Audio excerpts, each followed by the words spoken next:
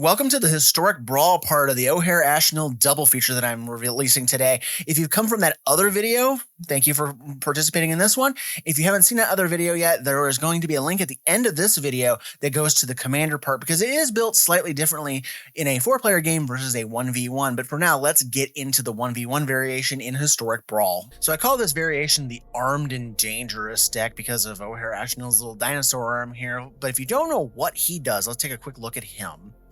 We have Ojer Axonil, Deepest Might. For 2 red, you get a 4/4 God with Trample. If a red source you control would deal an amount of non-combat damage, aka burn, that is less than the power of Ojer Axonil to an opponent, the source deals equal to his power instead, and if it dies, it flips into a land, just like the other Deep Gods.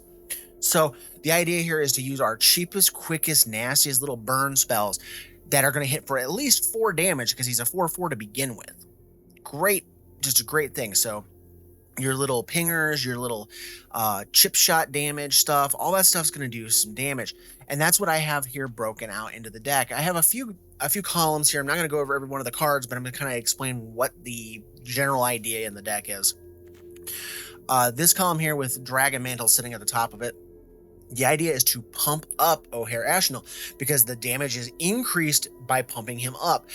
So if you're able to slap on one of these equipments or an enchantment onto him and then start boosting his power before you start burning your opponent's face, you're going to have the ability to do more damage than just the initial 4. So like if you slap, say, Blackblade Reforged, which is a little bit lower in the list here on there, it gets +1/+1 for each land you control. Well, by the time you do this and do Axonil up, it's at least going to be 4 or 5 extra damage. So your burn spells are going to be doing 8 to 9 damage per hit. I mean, take a 1 damage ping and do 8 or 9 damage off of that. That's insanely powerful, and your opponents are not going to survive very long through that kind of amount of burn that's coming at them. And then this other column with the long runs off the screen amount here is basically all of our little ways to do said pinging to our opponent's face. We have things like Fanatical Firebrand. You sack it, you can deal damage. Well, if you got Ojer Axonil pumped up, you're doing at least the 4, if not higher amount for that sacrificed goblin going to their face. We also have things like Spikefield Hazard, which also doubles as land, of course. But you can go, okay, 1 damage, boom, take 4 to the face. I mean, the going rate for 4 damage off of a spell is usually 4 mana straight up. And we have static stuff in here as well. We have things like Electrostatic Field, Erebor Flamesmith, these kind of things where every time we cast a non-creature spell, usually, or an instant or sorcery, depending on how the card is worded, we're going to be dealing a damage off of it. Well, if Ojer Axonil's out, it's 4 damage for every one of those instants and sorceries that are going off. So if you hit somebody with a Spikefield Hazard and one of these are out, it's going to deal 8 at bare minimum, 4 for this thing pinging and 4 for the spell hitting them as well. And then moving over to the next column, we have a couple of choice spells I wanted to throw in here just to kind of make things work out for us. First off, we have Scytheclaw Raptor from the new set. Punishes them for casting on your turn. So if you're going up in a control opponent and they want to sit there and try to counter your spells, if this resolves, they're screwed. They're just going to take a minimum of 4 damage for every counter spell they use, and if they try to do anything off turn, they're gonna get punished for it. And if you can pump Ojer Axonil up above the 4, this will actually do more damage because it's again non-combat damage. I'm also using Repercussion in the deck. This is a great addition to the deck. I didn't originally have it in here, and then I thought about it and decided to add it in. Whenever a creature is dealt damage, it deals that much damage to its controller. Now, this does reflect upon you as well, but Ojer Axonil's damage does not hit you in the increase. So if your guy gets hit for like a lightning bolt or something like that, you're going to take 3. You're not going to take the 3 there and then take a bunch of extra damage on top of that to your face. So it kind of offsets the damage. That's the word I'm looking for, where you're doing more damage to them than what you're taking. Now, the fun part here is if you're swinging with your creatures and your opponents don't block, they're going to get blasted. So if you're swinging with like your 1/2s and your 1/3s and stuff like that, they either have to take the 1 damage off the creature or they can block, and whatever amount of damage is dealt to the creature ends up reflecting back at them. And sometimes that could be more than 3-4 damage hitting them in the face with the repercussion going off. So there's just a fun little reciprocation with that. And then I also wanted to point out Burn Down the House. While it's used mostly as a board sweep kind of thing, Do not be afraid to use this for the devil part of the card, because what you can do then is make the devils and swing, and if they block them and they die, it's 4 damage per devil going to the graveyard. So that's the idea behind this card, like going through here, and that's the idea behind the deck, is to punish our opponents by quickly and rapidly trying to immolate them to death before they can actually react. So that's the deck. Let's get into the gameplay and we'll talk more about it at the end of the video. Agatha of the Vile Cauldron. All right, so this is going to be, there could be different ways. I've done this video 2 different ways before, where you're in it to either do a bunch of little goblin-y stuff is what I've done in the past to make your goblins better in attacking, or you just do +1/+1 counter activation synergy type stuff. So it just depends on how you want to build the deck. I think Smoldering Egg is going to be first because I don't have any artifacts out yet for Food Fight. Food Fight was mostly here as a way to turn our equipment into damage, essentially, because we have several pieces of equipment in the deck. We also have the mana rocks and stuff like that, so we're able to, you know, tap those in the late game to just start and sacrificing them to just start smashing through things. So let's see, do I want the Tunnel Grinder or do I want the Flamesmith? I'm trying to think of how I want to go about this. I think I want Brass's Tunnel Grinder. They're playing red, so there's not a ton they can do there. Let's get rid of these 3. I actually want to draw more cards. All right. So we did get a land back, which is good. We have Eidolon on the Great Revel, we have Flick a Coin, and we got Dragon's Mantle. So we could do a Dragon's Mantle on Ojer Axonil to make him bigger, make the damage increased. Probably going to do Eidolon on the Great Revel, though, this coming turn, because they're spamming cheap stuff to try to get this to pump up. Oh, that's really good too. Let's see. Yeah, we're gonna do Eidolon and Erebor, just because we can. I should have done that in reverse order. I should have done the Erebor Flamesmith first. I forgot it hits me too. Don't do that same mistake. Then any kind of cheap stuff that they have going on, they're gonna get blasted by the Eidolon. Ojer Axonil is probably coming down this turn. So then that Eidolon, instead of doing 2 to us, we're basically going to break the parity. It's going to do 2 to us, but it's going to do 4 to them at bare minimum with Ojer Axonil. Ideally, we get some lands going here. Otherwise, I'm kind of floundering a little bit. Yeah, they're gonna... Cinder Vines destroy target artifact or enchantment. Okay, that's fine. I mean, if they want to kill the Tunnel Grinder, it's okay. All right, so we got that. So let's go ahead and drop Ojer Axonil. They might have been thinking I had something else going on. I'm going to go ahead and strap on the Dragon Mantle. I don't care. We'll go ahead and do what we got to do just to kind of push the damage as quickly as we can. But they're holding up priority with that Cinder Vines, which is kind of annoying. We also get a card off of this, so it digs us a little deeper into the deck. All right, they're gonna use that to get rid of the dragon, and that's fine. I'd rather them do that and on my turn, no less, because I'm gonna go ahead and swing the Eidolon because Joel Rail can't kill it. We get a descend counter this turn on, or what is it? Actually, it's not. It's a bore counter, excuse me, because we descended on this because they destroyed the enchantment on my turn, not their turn. What they should have done was waited so I didn't get the descend. Go ahead, play more cheap stuff. See what happens. We also have Burn Down the House. Now, I talked about this in the deck tech, where don't be afraid to use this for more than just the damage side of it, or to like burn the board apart. Use the devils. Use them to actually force your opponents into really bad situations. Now, this might change my play pattern, because Twinferno can deal 8 damage off of just this Flick a Coin, which is hilarious. But then the devils, I'm just trying to think what the smart play here is. 5, that would put 5 on that. I could just do this and then strap up Ojer Axonil and then just be like, go ahead, play something, it'll kill you. I think I like that plan better. And I may even present them the Eidolon just because, but I don't know. Actually, no, I'm not going to do that. Let them play cheap crap. All right, so now we have Ojer Axonil as a 9/9 Trampler. I'm swinging him. Like, at best, they can do, just little bits of damage. But this is going to push them over the edge, and then any cheap thing they get, they're going to take 9 damage. So, Gishath. Okay. So we're going to be in a race to beat the dinosaur, because if that dinosaur makes contact with our face, we're probably screwed. That's usually the way this works. You either outrace the dinosaur or you just lose. So I like that we got Curse of Shaken Faith. So if they try to double spell, they're going to get zapped. We also have Chandra Dress to Kill, which gives us a constant flow of ping damage off of it as well. Thrill Possibility gives us some card draw, and then we have ways of flashing back our spells with Bloodthirsty Adversary. That's the main reason why I included that, so we can get some recycled burn, essentially.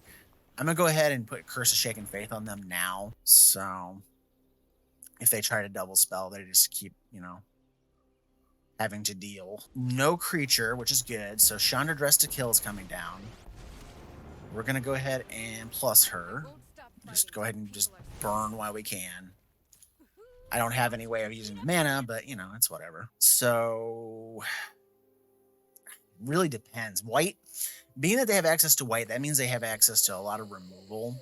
So I don't know if Ojer Axonil is the right call without having protection behind it. I think I'm just going to, cancel. What am I doing?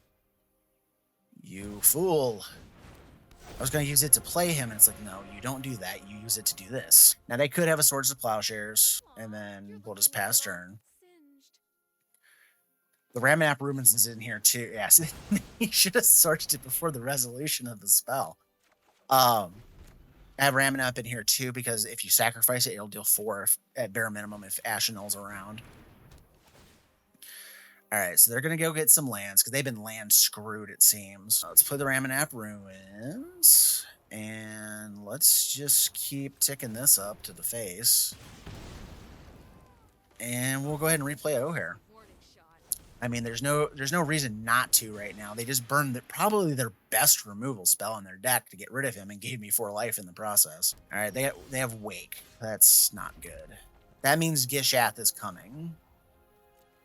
If I don't get rid of it. And I can't get rid of it because I'm in mono red. That's the one thing I can't do is get rid of it. I'm gonna go ahead and hit them for 4, and then because they may go after her next. Let's go Ornithopter. Let's go Food Fight. End the turn. I have Throw Possibility to ditch to the Bloodthirsty Adversary. I can fling the Ornithopter at them, because you don't have to tap the Ornithopter, you just have to pay the 2 mana. I can fling the Ornithopter and deal 4 damage to their face. Okay, they're just going for a kicked Skyclave Relic, which is strange. Okay. Day of Judgment, you say? Well, you're going to take 4 for that. Resolve that part of it. And then I'm going to pay 2, and I'm going to do 4 more to their face. They're going to 3. I only did 2. Oh, Food Fight might not work the way I think it does. Oh. Can I just kill them? Like, what is in my yard? Nothing? No. I was just thinking, can I kill them with Bloodthirsty Adversary? But I probably can't. Let's go ahead and +1 Exile. Okay. So, shoot. I wish I can do 4 damage to them right now. Or, wait. No. I can do 2. Let's see if I can do this. In my mind, I can. Decline this. Do Kumano Faces Kakazan. Knock him to 4. Dragon Mantle. Draw a card. Activate, swing for 4. I think, yeah. I'll take the 2 damage. I don't care. There we go. I was able to do it. That's all that matters in this case. Quintorius Kand. Okay, I like this. The first game proved that Eidolon of the Great Revel was actually a really good card for us, so I'm going to keep that. All right, we have Mirror Shield to try to keep Ojer Axonil on the board. I'm trying to pronounce that one correctly. Probably going to do Curse of Shaken Faith this turn, just because they have red open and white. So I don't want to expose the Eidolon to getting fried until I'm ready for it. But yeah, if they sit there and try to spam multiple spells, like with the discover triggers and stuff, they're gonna find out real quick that they're gonna get fried. Let's do. This costs 2 to equip, so God, that would be a lot of mana. I want to keep the Hell Rider in hand because it's really good too. Let's do Brass's Tunnel Grinder. Let's sync Chandra, Thrill, and Mirror Shield. I want to keep the Eidolon on the Great Rebel because being in red-white, they're probably on the cheap plan. That's usually how red-white is built. You want to have that 3 or less type stuff. Please spam spells. Darn. All right. And I realize now after that last game, if I include it in the video, I screwed up and didn't play it right. Let's do Eidolon. Let's make them have to deal. And I'll swing for 1 while it's open.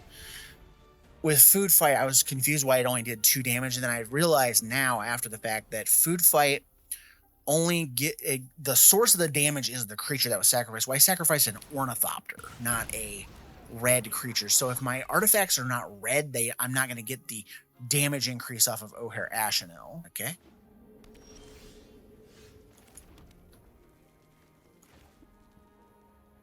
All right, so we're gonna do this. That's got double strike, so I'm not swinging into that.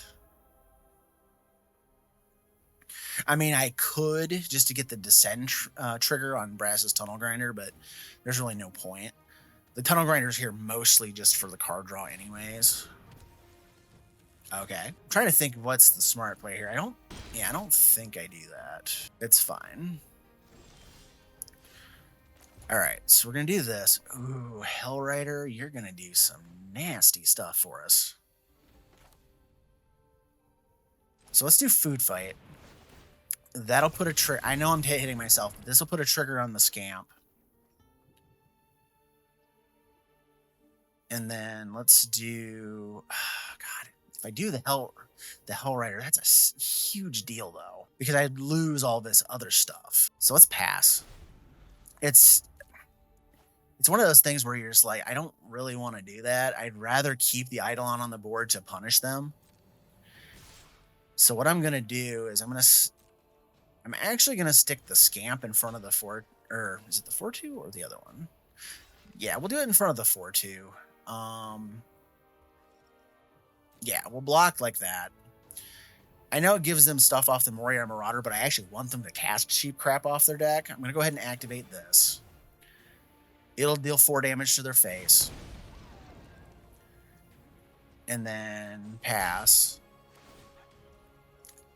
So they'll get the Exiles to cast. And like I said, I want them to cast the cheap stuff because the cheap stuff is going to end up hitting them even harder. Darn, not cheap stuff to cast other than the 1 card. Come on. Come on. More stuff. All right, Eidolon's going to hit them for 4. If they cast another spell, they'll get hit with another 4, plus they get hit with 4 for Curse of Shaken Faith. Like, they have to be very, very careful. Okay, they're going to blink their stuff. Which that doesn't come back into the beginning of your... Okay, so that keeps me from wiping them. That's what that's about. Okay. Now, I think they're just dead if I play the Hell Rider. I mean, honestly, I think this is just game over because they're going to take 12 from the Hell Rider. Unless they have a kill spell for Ojer Axonil.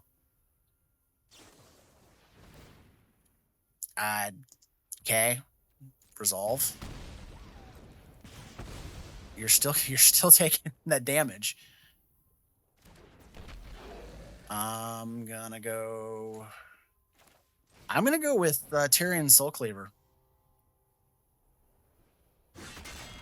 And I'm gonna equip it to the Hell Rider because they're probably gonna block Ojer Axonil, thinking they're gonna save the damage. But they're gonna take 8 and 11. If they don't kill the Hell Rider, they're dead. Like, they have to swords this.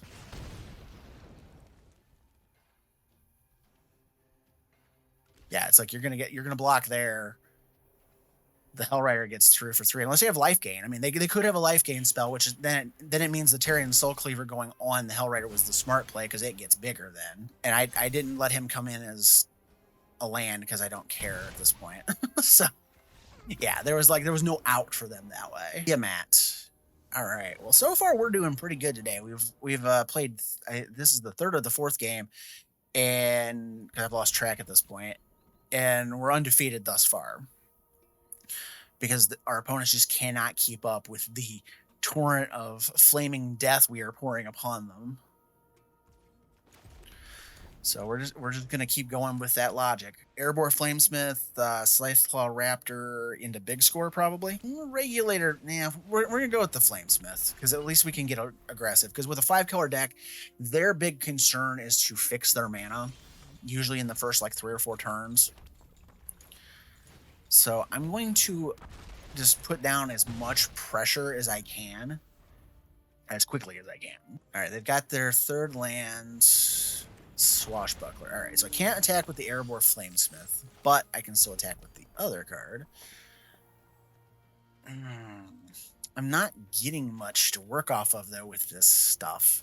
I'm gonna go ahead and play Ojer Axonil again. They're still working on their mana base. And if they want to double strike the Scytheclaw Raptor, I'm okay with that. Oh, you have to attack to do that. Okay, never mind. I thought it was attack or defense. Okay, Defense of the Heart. So Defense of the Heart is going to go off at the beginning of their next upkeep, and they're going to get a bunch of stuff. So we have to move like really freaking fast here. Let's see if I do. This is instants or sorceries. If I do Firing Inscription, Lightning Bolt, or do I do Big Score Lightning Bolt? I think Big Score Lightning Bolt is actually more damage to them, or do I actually crap. All right, here, let's do this. Let's do Big Score, discard the Mirror Shield. Erebor's gonna do 4, get a treasure, 2 treasures. Let's Lightning Bolt this out of the way. She'll trigger, do 4 more. We have a clear road out the door here. Actually, I could have killed them. I messed that up. I didn't realize I had a mountain in my hand. I could have played the Kessig Flame Breather and then cast the Lightning Bolt, and it would have killed them. That was my mistake. But this is our turn 5, their turn 5, and they're at 1. That's how fast this deck can just literally obliterate an opponent. Okay, they're gonna go ahead and start smashing my board, and that's fine. Because I have these in hand. All I need is a spell. I don't care what spell that spell happens to be. And they didn't kill Axonil, which is really weird. I mean, they probably have another dragon. Okay. Or they're just assuming they have the room to work with. I'm going to cast the Regulator and this Fiery Inscription. Okay. So, yeah, we're going to do this. I'm going to pop the Regulator. I'm going to discard him.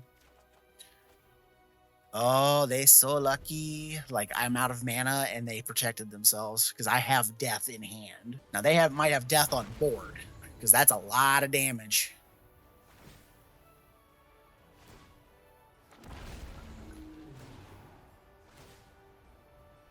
I don't know. Let's see. Let's see if we have it. They might have it. Oh, yeah, they got it. Wow. Yeah, because I screwed up the play order on that, it cost us the game. Just bear that in mind. I'll leave this in the video, but bear in mind the order you play things in and pay attention to what you're doing because I screwed up and it cost me this game. My Master Thopterist. So we got mono blue artifacts. The win streak is over, but I'm still having a good time with this deck.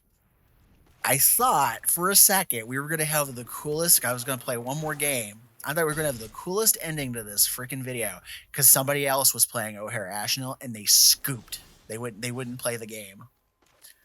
And I was like, dang it. I was like, that made me so unhappy.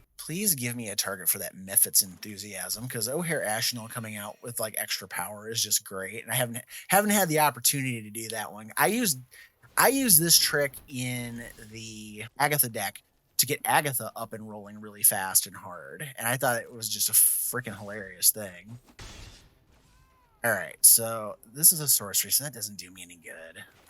Let's just go ahead and play Repercussion. Let's just get it down.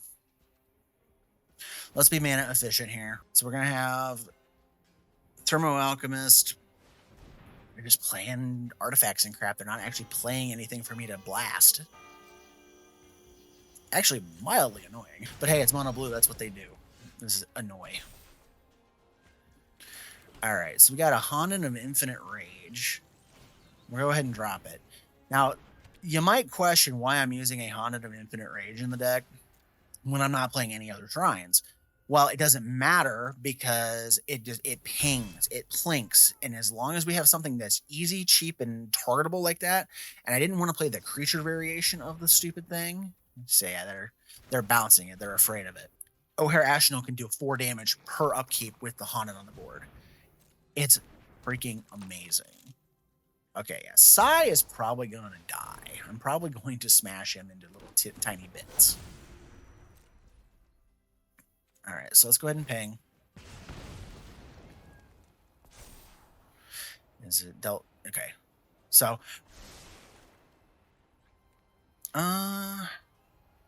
you get the first card. All right, so there's Mirex. I can't really do that yet. I could Mephit's Enthusiasm because I don't really care about getting through. I could do the Honden again and then just do Mephit's Enthusiasm. I think that's what I'm gonna do. Is I'm gonna Mephit's Enthusiasm that. I'm gonna tap this just so I get an extra trigger off of it, and then they'll take that, and then I'm just gonna pass. I'm not gonna swing with the Fanatical Firebrand. So next turn, if Ojer Axonil resolves, they're gonna be in a world of hurt. Because I'm going to have the Fanatical Firebrand available. I'm also going to have Bloodthirsty Adversary available if I want to go that route. But yeah, it's going to be mildly disgusting. Resolve. Let's see what happens here, though. They just have their Palantir, and they just have the other. I'm going to... So, you know, say subscribe to, then you... Mill X, lose X. I'll lose the life this time. It's like whatever. Activate and plink them because we need to drive them as low as we can.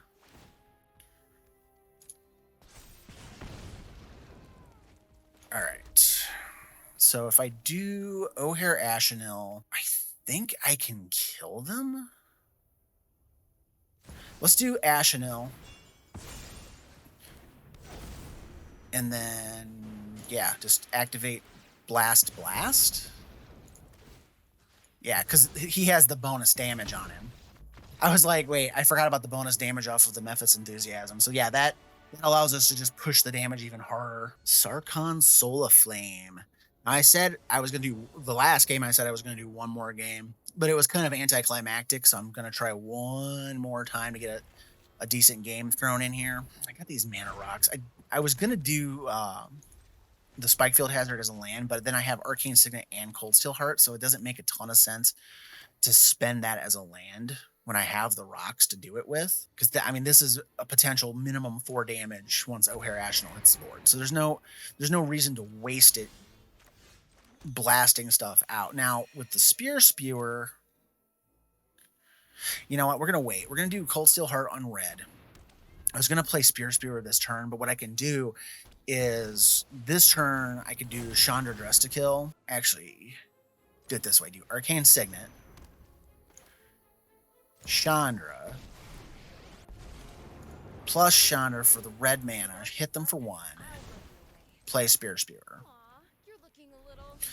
So that way I was able to chain out a bunch of different stuff. So now we have a lot of mana to work with too, including getting that Spear Spewer out on the board. They didn't play a dragon. I don't care if they hit it for 2. It's no big deal. All right, so now we have Ojer Axonil coming down. I'm going to plus her, do 4 damage to their face. I'll get a mana. Use that mana. Spikefield Hazard, do 4 to their face. You know what? I'm going to do Cemetery Gatekeeper, and I'm going to nuke that Dragon's Approach, because I'm pretty sure that they have a bunch of Dragon's Approaches in their deck, because you don't play just 1 or 2 copies of it. So if they keep spamming that, they're going to take 4 every time they play it. So it's like, good luck keeping up with that. Spear can also tap and it'll deal 1 to us and then deal 4 to them. We have a Lightning Strike, which can deal up to 4 to them.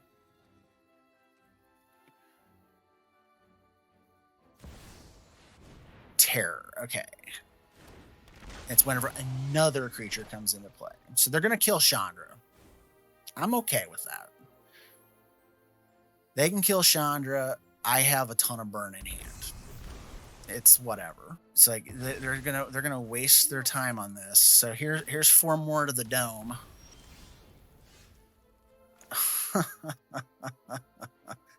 Oh, this is so mean. So we're gonna put Ojer Axonil on this. We'll draw, see what we get off of it. A Mirror and Bane Splitter. Oh my god, this is so bad. So we're gonna attach this to Ojer. I'm going to say that would deal 6. Yeah, they're dead. I don't even have to do this. Watch. Activate. Yeah, I can go activate. I took too long. They gave up. But I can activate this, knock it up to 7. I can actually do them up to 8. Ping with the Spewer for 8, and then Lightning Strike them for 8. This deck is so dumb. So that was the Armed and Dangerous deck. There's a few things I would change in this. Like, I'm probably going to take Food Fight out of the deck. It doesn't do what I wanted to do because I forgot it was red sources, and it counts the sourcing off the artifact. So unless it's a red artifact like the Combustible Gear Hulk or the Brass's Tunnel Grinder or something like that, you're not going to get the increased damage off of Ojer Axonil.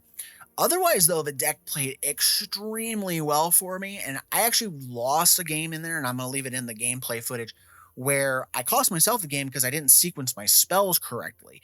But all in all, the deck did very, very well. I think this commander gives mono red something to lean on and something that it can actually play as. However, that said, it is not built right for actual paper commander. This is not a variation of this deck I would ever try to run in paper commander. What I will say, though, is if you watch the video that I'm going to post somewhere over here above my head, this is how I would build it and what cards I would include. So come check that video out, and we'll see you over on that one.